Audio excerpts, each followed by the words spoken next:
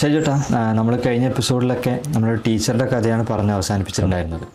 അപ്പോൾ സ്വാഭാവികമായിട്ടും എന്നെപ്പോലെ തന്നെ ഓഡിയൻസിനും അത് കേൾക്കാനുള്ളൊരു ക്യൂരിയോസിറ്റി ഉണ്ട്. ശരിക്കും വിവാഹേതര ബന്ധത്തിൽ ടീച്ചർ അനുഭവിച്ച പ്രശ്നങ്ങൾ എന്തൊക്കെയാണ്? അവർ സത്യത്തിൽ ശരിക്കും പറഞ്ഞു കഴിഞ്ഞാൽ ഒരുപാട് ദിവസങ്ങളെടുത്തിട്ട് അവരെന്നോട് പറഞ്ഞ കഥയാണ് ഞാൻ ശരിക്കും എൻ്റെ ഓർമ്മയിൽ നിന്ന് ചകഞ്ഞെടുത്തിട്ട് ഇങ്ങനെ പറയാൻ വേണ്ടി ശ്രമിക്കുന്നത്.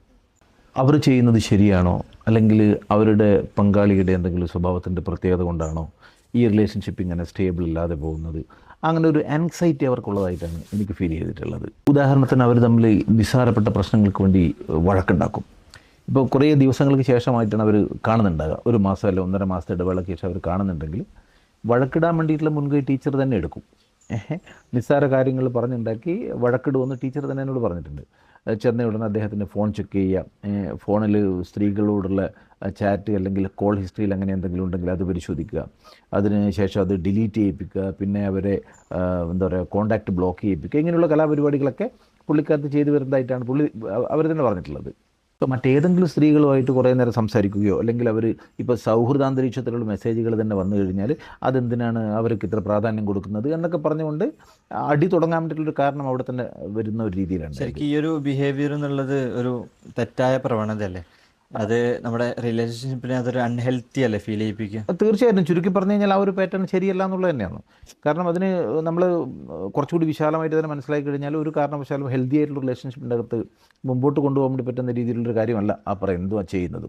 അതിപ്പം വിവാഹ ബന്ധമായി കഴിഞ്ഞാലും വിവാഹേതര ബന്ധമായി കഴിഞ്ഞാലും അല്ലെങ്കിൽ സൗഹൃദമാണെങ്കിൽ പോലും ഈ മറുവശത്തിരിക്കുന്ന ആളിനെ എനിക്ക് നഷ്ടപ്പെട്ടു പോകുന്നുള്ളൊരു കോൺസ്റ്റൻ്റ് ആയിട്ടുള്ളൊരു പേടിയാണ്. എന്തുകൊണ്ടാണ് അത്തരത്തിലൊരു സംഭവിക്കുന്നത്, ആ ഒരു പേടിയൊക്കെ സംഭവിക്കുന്നത് എന്തുകൊണ്ടാണ്? അതിന് സൈക്കോളജിക്കലി ഒരുപാട് ഫാക്ടേഴ്സ് നമുക്ക് കണ്ടെത്താൻ വേണ്ടി പറ്റും.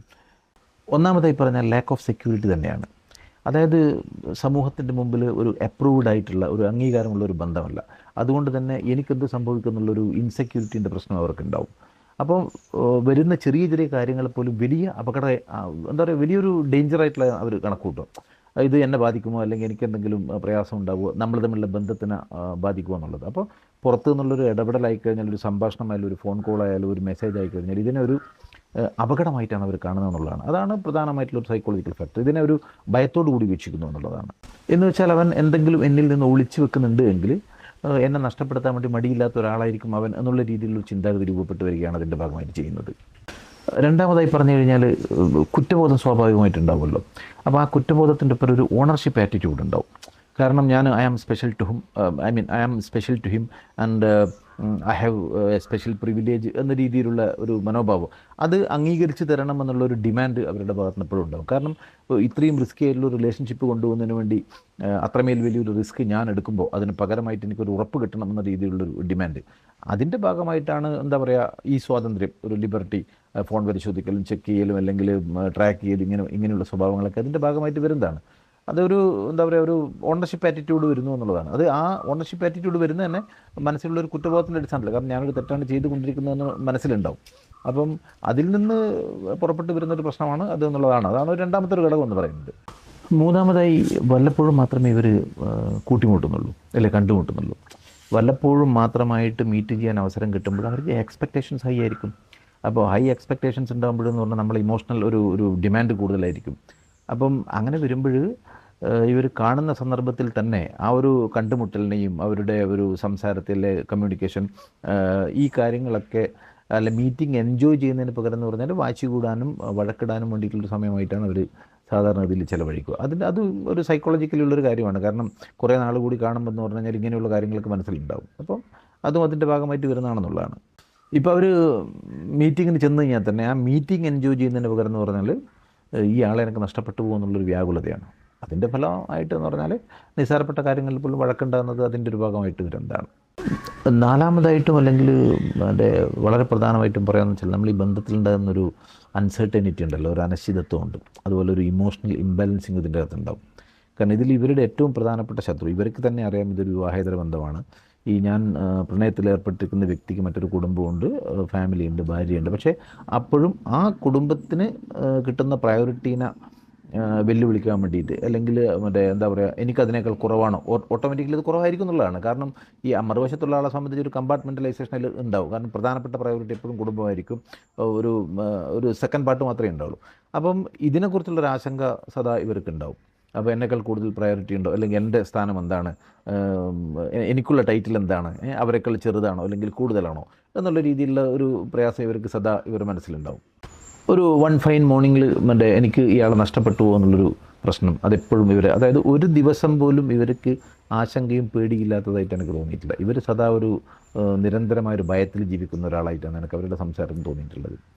പിന്നെ ഇതിൻ്റെയൊക്കെ ഭാഗമായിട്ടാണ് ഈ ഫോൺ ചെക്ക് ചെയ്യൽ, ഡിലീറ്റ് ചെയ്യൽ, ബ്ലോക്ക് ചെയ്യൽ, ഈ പറയുന്നതൊക്കെ അതിൻ്റെ ഭാഗമായിട്ട് വരുന്ന കാര്യങ്ങളാണെന്നാണ് എനിക്ക് തോന്നിയിട്ടുള്ളത്. അപ്പോൾ ശരിക്കും ഈ ഇത്തരത്തിലുള്ള പെരുമാറ്റം എങ്ങനെയാണ് അൺഹെൽത്തി ആയിട്ട് മാറുന്നത്? അതെന്ന് വെച്ചാൽ ഏതൊരു വ്യക്തിയെ സംബന്ധിച്ച് ഇപ്പോൾ നമ്മളിപ്പോൾ ബന്ധം ഏതുമാവട്ടെ, ഇപ്പോൾ വിവാഹബന്ധമാവട്ടെ, വിവാഹേതര ബന്ധമാവട്ടെ, അല്ലെങ്കിൽ സൗഹൃദങ്ങളാവട്ടെ, ഏത് വ്യക്തിക്കും കുടുംബത്തിനകത്ത് പോലും ആയാലും ഏതൊരു വ്യക്തിക്കും അവരുടേതായിട്ടുള്ളൊരു പ്രൈവസി ഉണ്ട്. ആ പ്രൈവസി എപ്പോഴും അനുവദിച്ച് കൊടുക്കേണ്ടത് തന്നെയാണ്. അപ്പോൾ ആ പ്രൈവസീൻ്റെ പുറത്തുള്ള ഒരു പിടിച്ചടക്കൽ അല്ലെങ്കിൽ ഒരു ഡോമിനേഷൻ എന്നുള്ള രീതിയിൽ വരുമ്പോഴാണ്, ഇപ്പോൾ എൻ്റെ വ്യക്തിപരമായ അഭിപ്രായത്തിൽ പറഞ്ഞു കഴിഞ്ഞാൽ, നമ്മൾ ഏതെങ്കിലും വ്യക്തികളെ ജഡ്ജ് ചെയ്യുക, അല്ലെങ്കിൽ കൺട്രോൾ ചെയ്തുകൊണ്ട് പെരുമാറുക, അതല്ലെങ്കിൽ ഡോമിനേറ്റ് ചെയ്തുകൊണ്ട് പെരുമാറുക എന്നൊക്കെ പറയുന്നത് ഒരു വ്യക്തിപരമായിട്ട് ആളുകൾ ചെയ്യുന്നൊരു ക്രൈം ആണ് എന്നുള്ളതാണ് ഞാൻ അതിനെക്കുറിച്ച് വിലയിരുത്തിയിട്ടുള്ളത്. ഇമോഷണലി സ്റ്റേബിൾ അല്ലാത്ത ഒരു ബന്ധത്തിൻ്റെ അകത്തും നമുക്ക് മനസ്സമാധാനം കിട്ടില്ല. ഇപ്പോൾ മനസ്സമാധാനത്തിന് വേണ്ടിയാണല്ലോ മറ്റൊരു ബന്ധത്തിലേക്ക് വരുന്നത്. അപ്പോൾ ഈ ബന്ധത്തിൽ ഈ രീതിയിലുള്ളൊരു ഇൻസ്റ്റെബിലിറ്റി ഉണ്ടായിക്കഴിഞ്ഞാൽ അതിൻ്റെ അകത്ത് ഏതെങ്കിലും തരത്തിലുള്ള സമാധാനം അവർക്ക് ഏതെങ്കിലും ഒരു കാലത്തിൽ കിട്ടുന്നില്ല എന്നാണ് എനിക്ക് തോന്നിയിട്ടുള്ളത്. ബന്ധം ഏതും തന്നെ ആയിക്കോട്ടെ, നിങ്ങളൊരാളെ സ്നേഹിക്കുകയാണ് ചെയ്യുന്നത്, ഒരു വ്യക്തിയോട് അടുപ്പുണ്ടാക്കുകയാണ് ചെയ്യുന്നത്. അപ്പം അങ്ങനെ നോക്കുമ്പോൾ നമ്മൾ ഈ രീതിയിൽ സംശയങ്ങൾ, അല്ലെങ്കിൽ എന്താ പറയുക, പ്രണയബന്ധത്തിനെ ഒരു കുറ്റാന്വേഷണ യാത്രയാക്കി മാറ്റിക്കഴിഞ്ഞാൽ അതിൻ്റെ അകത്ത് നമുക്ക് ഊഹിക്കാൻ പറ്റുന്നതേ ഉള്ളൂ. കാരണം നമ്മൾ മറ്റേ ആൾ ചെയ്തുകൊണ്ടിരിക്കുന്ന ഏതെങ്കിലും കുറ്റമാണോ തെറ്റാണോ, അവിടെ പോയോ ഇവിടെ പോയോ, അത് ചെയ്യുന്നുണ്ടോ ഇത് ചെയ്യുന്നുണ്ടോ, ആ രീതിയിലേക്ക് വന്നു കഴിഞ്ഞാൽ അതിന് ഏതെങ്കിലും ഒരു കാലത്ത് മനസ്സമാധാനം കിട്ടുന്നുള്ളൊരു ചിന്ത എനിക്കില്ല. ഇതിപ്പോൾ വന്നു കഴിഞ്ഞാൽ ആദ്യം എന്താ പറയുക, നമ്മളിങ്ങനെ പറയില്ല, ഒരു എരുതിയിൽ നിന്ന് പറചട്ടിയിലേക്ക് എന്ന് പറഞ്ഞ പോലത്തെ ഒരു അവസ്ഥയുണ്ടാകും. കാരണം ആദ്യം ഒരാളുടെ പ്രശ്നം മാത്രമേ ഉണ്ടായിരുന്നുള്ളൂ, വീട്ടിലിരിക്കുന്ന ആളുടെ പ്രശ്നം മാത്രമേ തലവേദനയായിട്ടുണ്ടല്ലോ, അപ്പോൾ തലയുടെ ഒരു ഭാഗം മാത്രമേ വേദന ഉണ്ടായിട്ടുള്ളൂ. ഇതിപ്പോൾ ഇപ്പുറത്തും കൂടി വേദനയായി. അപ്പോൾ രണ്ടുപേരെയും ഒരുമിച്ച് മാനേജ് ചെയ്യുന്ന രീതിയിലേക്ക് അത് മാറി വന്നു എന്നുള്ളതാണ് അതിൻ്റെ പ്രശ്നം. അപ്പോൾ അതൊരിക്കലും ശാശ്വത സമാധാനം കിട്ടുന്നൊരു സംഗതിയല്ല. അപ്പോൾ ഈ രീതിയിലുള്ള എന്താ പറയുക, മാനസികാവസ്ഥയാണ് ഇവർ ഈ രീതിയിൽ വഴക്കുണ്ടാക്കുന്നതിന് വേണ്ടിയും, അല്ലെങ്കിൽ ഒരു ഡോമിനേറ്റ് ചെയ്യുന്നതിന് വേണ്ടിയും, അല്ലെങ്കിൽ കൺട്രോൾ ചെയ്യുന്നതിന് വേണ്ടിയിട്ടുള്ളൊരു പ്രേരണയായിട്ട് വർത്തിക്കുന്നത് എന്നുള്ളതാണ് അതിൻ്റെ ഒരു വസ്തുത. അപ്പോൾ ഇവിടെ ഒരു അസൂയ ജനിക്കല്ലേ ചെയ്യുന്നത്. അപ്പോൾ ഈ അസൂയ എന്നുള്ളത് സ്വാഭാവികമായിട്ട് ഒരു മനുഷ്യനുണ്ടാവുന്നൊരു പ്രവണതയല്ലേ? അതെ, തീർച്ചയായിട്ടും. അസൂയ എന്ന് പറഞ്ഞാൽ എന്താ പറയുക, മനുഷ്യൻ്റെ ഒരു സഹജമായിട്ടുള്ളൊരു സ്വഭാവമാണ്. അതിപ്പോൾ നമ്മൾ എത്രമേലില്ല എന്നൊക്കെ പറഞ്ഞു കഴിഞ്ഞാലും നമ്മളെക്കാളും മെച്ചപ്പെട്ട കാര്യങ്ങൾ മറ്റൊരാളിൽ കാണുമ്പോഴെന്ന് പറഞ്ഞാൽ ഇനിയിപ്പോൾ അസൂയ എന്നുള്ള പേരിട്ട് വിളിച്ചിട്ടില്ലെങ്കിലും ഒരു മനസ്സിനൊരു സ്വാഭാവികമായിട്ടും അത് അസൂയ എന്ന് തന്നെ പറയാം, അത് സഹജമായിട്ടൊരു സ്വഭാവം തന്നെയാണ്. പക്ഷേ കൺട്രോളിങ് ബിഹേവിയർ സൂചിപ്പിക്കുന്നത് ടീച്ചർക്ക് ആ വ്യക്തിനെ വിശ്വാസമില്ല എന്നുള്ളതാണ്. അത്രയും കേട്ടതിൽ നിന്ന് എനിക്ക് മനസ്സിലായത് ഇവർ സ്നേഹിക്കുന്നുണ്ട് പക്ഷേ വിശ്വാസമില്ല എന്ന് പറഞ്ഞാൽ. സാധാരണഗതിയിൽ പറയുകയാണെങ്കിൽ ലവ് അല്ലെങ്കിൽ ട്രസ്റ്റ്, ഈ രണ്ട് പദങ്ങളും കോ എക്സിസ്റ്റ് ചെയ്യുന്നതാണ്. എനിക്ക് മുസമ്മിലിനോട് വിശ്വാസമുണ്ട് പക്ഷേ സ്നേഹമില്ല എന്ന് പറഞ്ഞാൽ നടക്കില്ല, അത് ശരിയാവില്ല. അതേപോലെ തന്നെ എനിക്ക് മുസമ്മിലിനോട് സ്നേഹമുണ്ട് പക്ഷേ വിശ്വാസമില്ല എന്ന് പറഞ്ഞാൽ, കാരണം ഇത് രണ്ടും ഒരുമിച്ചിട്ടാണ്. ടീച്ചർ പറയുന്നത് വെച്ചാൽ ടീച്ചർക്ക് അയാളോട് സ്നേഹമുണ്ട് എന്നുള്ളതാണ്, പക്ഷേ വിശ്വാസമില്ല എന്നുള്ളതാണ് എനിക്കതിൽ തോന്നിയിട്ടുള്ളത്. ആൻഡ് ഫൈനലി നിങ്ങൾ അവസാനമായി ടീച്ചർക്ക് നൽകിയ ഉപദേശം, നല്ല ടീച്ചറോട് ഒരു ഫൈനലൈസ് ചെയ്ത് പറഞ്ഞ കാര്യം എന്താണ്? സത്യത്തിൽ അവരോട് എന്തെങ്കിലും ഒരു കാര്യം എനിക്കിങ്ങനെ പറയാൻ വേണ്ടി പറ്റില്ലല്ലോ. അവരിപ്പോൾ അവരുടെ ഒരു പ്രയാസം ഡിസ്കസ് ചെയ്യണമെന്ന് പറഞ്ഞു, അത് ഡിസ്കസ് ചെയ്തു എന്നതിലുപരിയായിട്ട് അവർക്ക് ഏതെങ്കിലും ഒരു ഉപദേശം കൊടുക്കുക എന്നുള്ളത് എന്നെ സംബന്ധിച്ച് പ്രാക്ടിക്കലി പോസിബിൾ ആയിട്ടുള്ള കാര്യമല്ല. പക്ഷേ ഞാൻ അവരോട് 2 ചോദ്യങ്ങൾ ചോദിച്ചു. ഞാൻ 2 ചോദ്യങ്ങൾ ചോദിച്ചെന്ന് വെച്ചാൽ അവരോട് തന്നെ ചോദിക്കേണ്ടതായിട്ടുള്ള 2 ചോദ്യങ്ങൾ ഞാൻ അവരോട് ചോദിച്ചു. ഈ മനുഷ്യനെ കണ്ടുമുട്ടിയതിന് ശേഷമുള്ള നിങ്ങളുടെ ജീവിതത്തിൽ യഥാർത്ഥത്തിൽ സന്തോഷവും മനസ്സമാധാനവും സംതൃപ്തിയും കിട്ടിയോ? 1. രണ്ടാമത്, അതല്ല നേരെ മറിച്ച് ടെൻഷൻ കൂടിയോ സമ്മർദ്ദം കൂടിയോ അല്ലെങ്കിൽ ഇമോഷണലി ഡ്രെയിൻ ഔട്ടായി പോകുന്നൊരവസ്ഥയിലേക്ക് നിങ്ങൾ തള്ളപ്പെട്ടു? കാരണം ദാറ്റ് ടെൽസ് എവറിത്തിങ്. അതിനകത്തെല്ലാം ഉത്തരങ്ങളുണ്ട് എന്നുള്ളതാണ്. തീർച്ചയായും. Because that tells everything. അതിനകത്ത് എല്ലാ കാര്യങ്ങളും ഉണ്ട് എന്നുള്ളതാണ്. വിവാഹേതര ബന്ധങ്ങൾ ഓൾറെഡി അവിശ്വാസത്തിൻ്റെയും രഹസ്യങ്ങളുടെയും പുറത്ത് കെട്ടിപ്പടുത്തതായിരിക്കും. അതിന് മുകളിൽ ട്രസ്റ്റ് ബിൽഡ് ചെയ്യാൻ ശ്രമിക്കുന്നത് ഒരു പാഴ്വേലയായിരിക്കും എന്നുള്ളതാണ് എൻ്റെ പക്ഷം. കൂടുതൽ വിശേഷങ്ങളുമായി അടുത്ത വീഡിയോയിൽ കാണുന്നതുവരെ ടേക്ക് കെയർ.